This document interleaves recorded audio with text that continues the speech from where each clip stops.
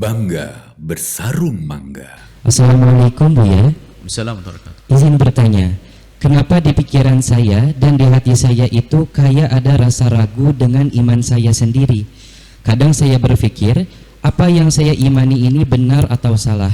Apakah surga dan neraka itu benar atau salah? Dan banyak lagi soalan-soalan yang ada di pikiran dan hati saya yang membuat saya hampir lemah iman dan mau menangis. Karena itulah ketika saya mendengar ceramah atau bukti tentang Islam itu, selalu saja saya gak mau masuk ke dalam gitu. Dan saya pun berdoa kepada Allah agar hilangkan keraguan di dalam hati dan pikiran ini dan berikan aku hidayah.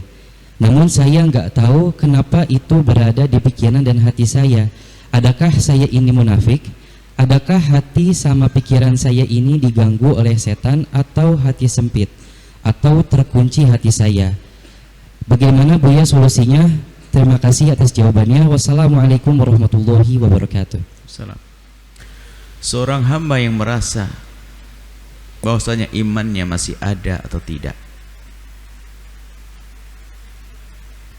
imannya masih ada atau tidak, imannya benar atau tidak benar, surga ini ada atau tidak.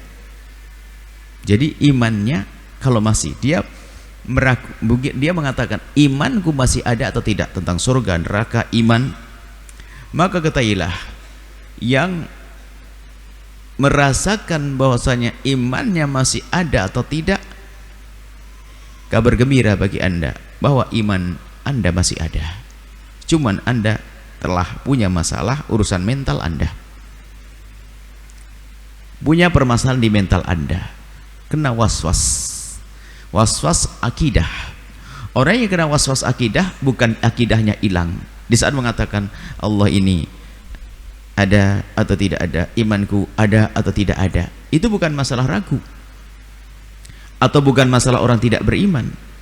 Kalau orang tidak beriman gak akan berpikiran sebegitu, sudah langsung pergi kemana sana, gak sholat gak ini. Tapi kenyataannya dia masih ingin sholat dan sebagainya, ada seruan iman di dalam hatinya. Tapi harus diwaspadai bahwasanya dia terkena mentalnya, pernah punya permasalahan di dalam dirinya, mentalnya, yaitu terkena was-was. Was-was itu ingin mengulang-ulang, padahal dia sudah yakin sebetulnya. Cuman tiba-tiba ada pertanyaan, jangan-jangan gak ada. Itu sebenarnya tidak terlalu kuat seruan itu, cuman dia mendengar jangan-jangan gak benar surga, padahal dia yakin dari kemarin mau sholat itu. Sebetulnya lebih kuat keyakinannya, dan itu bukan seorang ragu gak begitu. Jadi ada was-was itu adalah bukan orang ragu, dia tahu sudah melakukannya, tapi dia ingin mengulang lagi. Dia sudah meyakininya, tapi dia ingin mempertanyakan keyakinannya. Makanya orang was-was ini permasalahan mental, sehingga perlu ini melibatkan ahlinya,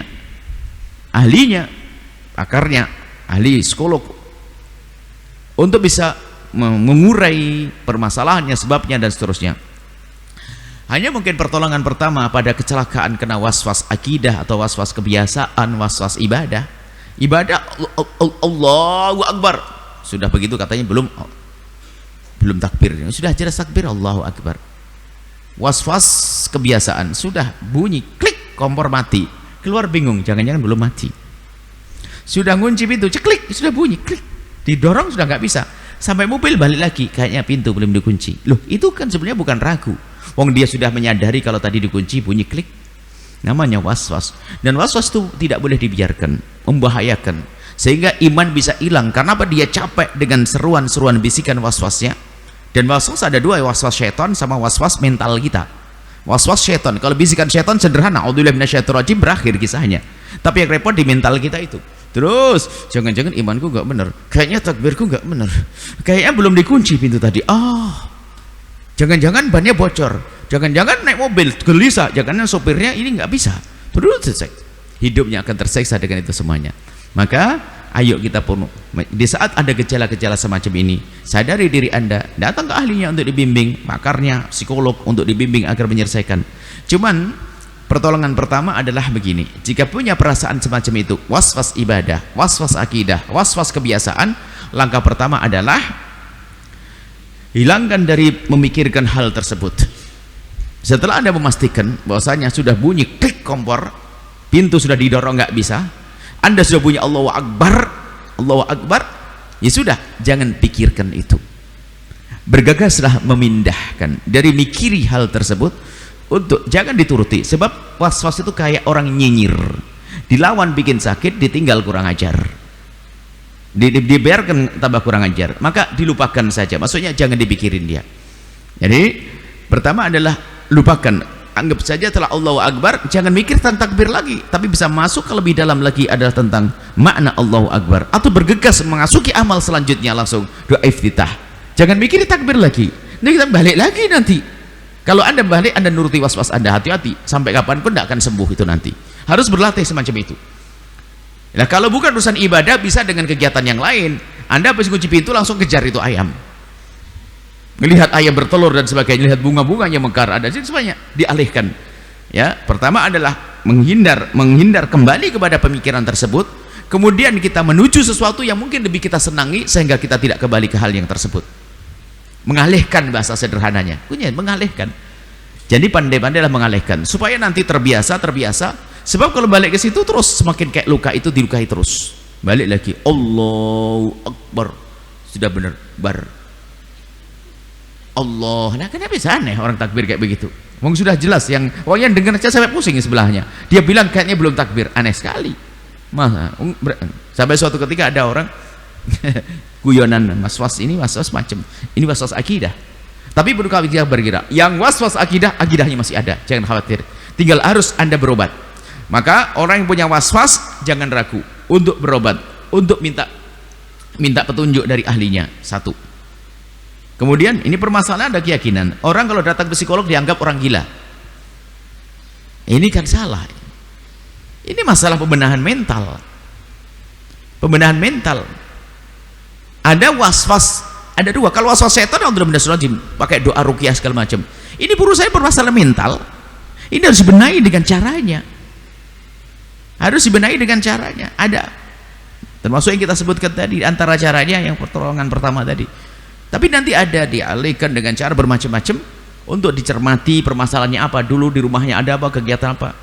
Cuman secara umum ya, was-was itu biasanya ada tekanan-tekanan. Jadi takut yang berlebihan terus ditekankan ke dia sehingga dia menjadi merasa seolah-olah tidak sempurna. Misalnya anak kecil di saat membersihkan sesuatu, nggak bersih, terus ulang lagi, bersih lagi, nggak bersih. Akhirnya kepikiran saat membersihkan jangan-jangan nggak bersih. Ini belajar sama Ustaz Allah Akbar, nggak sah gitu, nggak sah.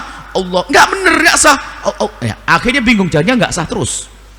Jadi sebenarnya rasa takut yang berlebihan menjadikan orang seperti itu. Ini was-was, ini akidah, awas ya, Allah gini nggak bener, Allah imanmu gini, ditakut-takuti sehingga dia kebingungan. Makanya kalau gurunya was-was, muridnya was-was.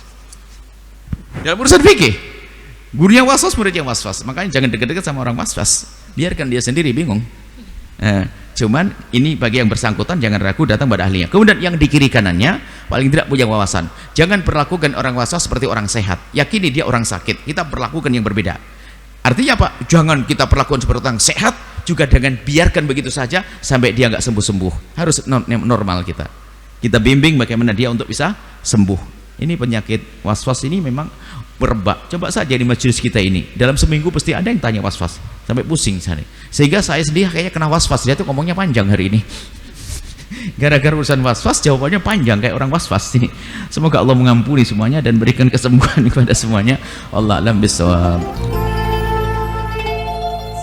TV. Setelah menyaksikan video ini, jangan lupa bersolawat kepada baginda Nabi Muhammad. Shollu ala Nabi Muhammad. Allahumma sholli alaihi wa ala alihi wa sahbihi.